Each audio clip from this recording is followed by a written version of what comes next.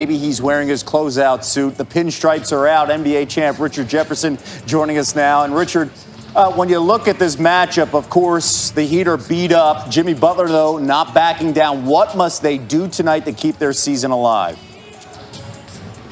Well, it's funny. They really just have to keep their exact same approach they've had this entire series. Obviously, game one, with all the injuries, they were a little kind of, lost. And then after that, game two, they played well. Game three, they won. And then last game, it came down to the last minute or two. So in my opinion, Bam Adebayo has a little bit more of a rhythm. We saw Bam's impact on Duncan Robinson, who has struggled throughout this series. But once Bam Adebayo got back, all of a sudden, his offense started to open up. So my opinion is that they don't really need to change much. They just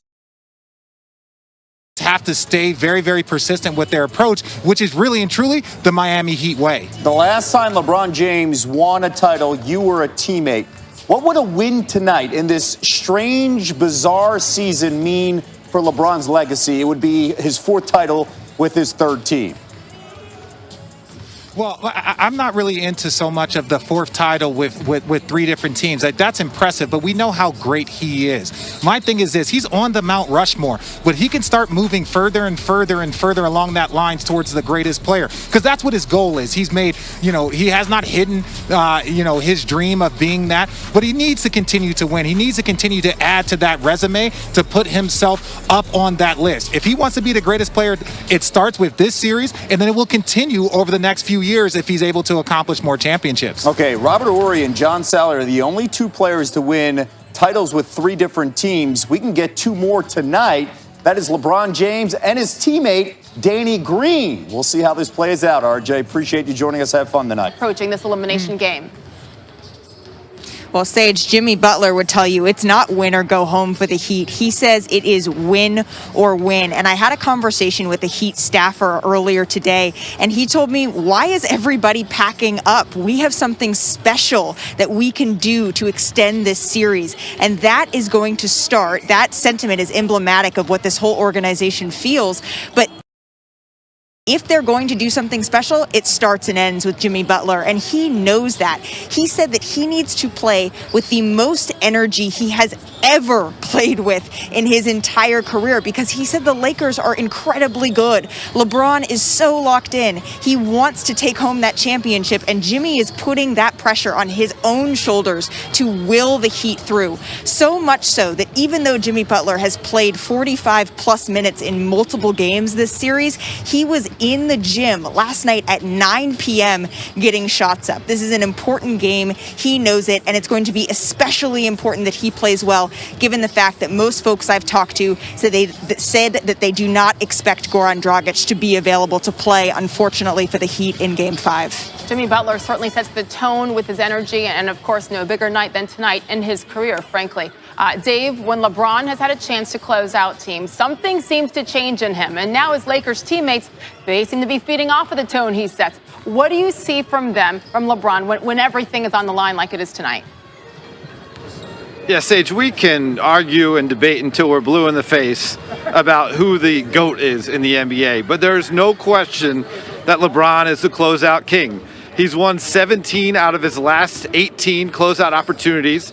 He's 38-10 in closeout opportunities for his career. And we asked him about that closeout mentality. He said, listen, it's just how I prepare my mind. It's how I prepare my body. And when I get in that opportunity to close the game out, I try to channel the desperation that I see in the eyes and on the faces of my opponent and try to make sure I bring that same desperation to the court. LeBron, not only in the overall closeout opportunities, has been stellar, but in the finals in particular, he's 3-0 in closeout opportunities. No player in league history is 4-0 in closeout opportunities in the finals. He can become the first player to do that with a win in Game 5 tonight. And his mentality going into this one last night, drinking some wine, playing some Madden video games with teammates, obviously feeling pretty loose about this opportunity.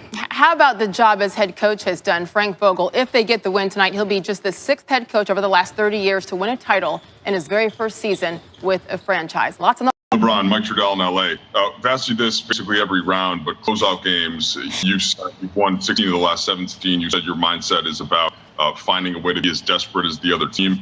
it just seems like that'd be so much easier said than done. How do you find a way to do that? It's just who I am. It's just the way I prepare my mind, prepare my body, prepare for the moment, and just having that desperation coming into a closeout game, and not saying it is always. I've been victorious after having that mindset, but that's just who I've become, and how I've challenged and channeled my mindset and the moment, and living in the moment and not taking it for granted, and just channeling that desperation is knowing that the opponent and the man across from you has that same feeling. So that's what it is. Allison? Start with Dan. LeBron, the Executive of the Year award just came out. I think Rob finished 5th or 6th or something like that. We know how you guys feel about Defensive Player of the Year. We heard what you said about MVP. Typically, individual accolades come with great team success, and you guys had it. Do you have any idea as to why maybe it hasn't, for whatever reason, happened on this team, those individual accolades? Yeah, that's whoever voted.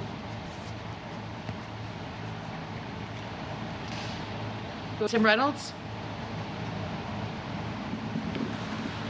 LeBron, I think you've gotten this question at like every final, so I apologize. But looking at what you did this year, being, I think, the oldest to be a first-time assist champ, and back on this stage with a third different team, and you don't need the list. I mean, the fan vote for MVP, I think you won pretty easily. What has this year done for legacy, or do you think the legacy is, no matter what you do from today forward, do you think the legacy is already kind of written? Don't really think about it too much. I think the story be told how it's supposed to be told, and be written how it's supposed to be written, but I live my life thinking about legacy. I do off the floor is what means more to me than what I do on the floor.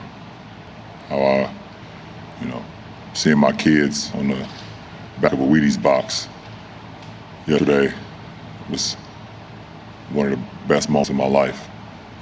And seeing my mom unveil the box back in my hometown, back in Ohio yesterday, was some of the best news and videos and pictures that I've ever seen, I could ever get.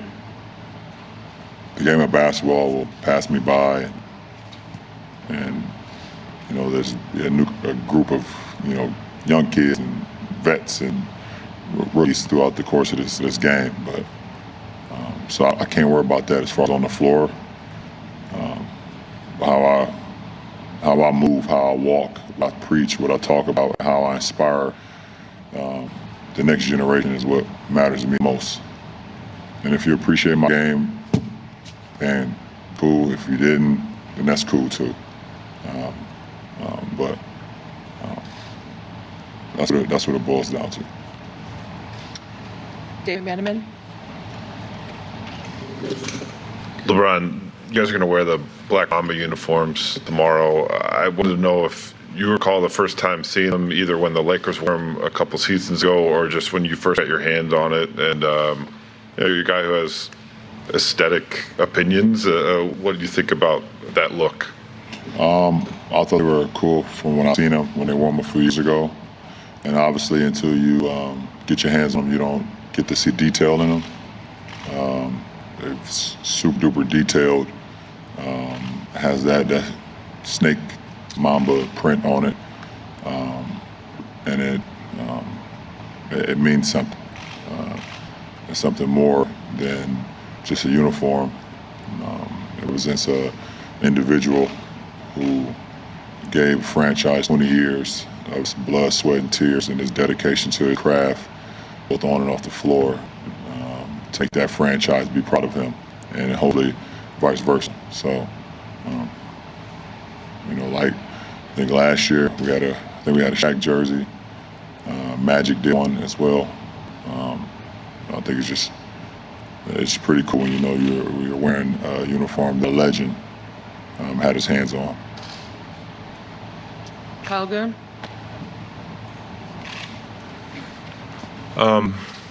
Just adding to the closeout game, which you've obviously played closeout games before, but the fact that you're also, potentially one win away from going home and being reunited with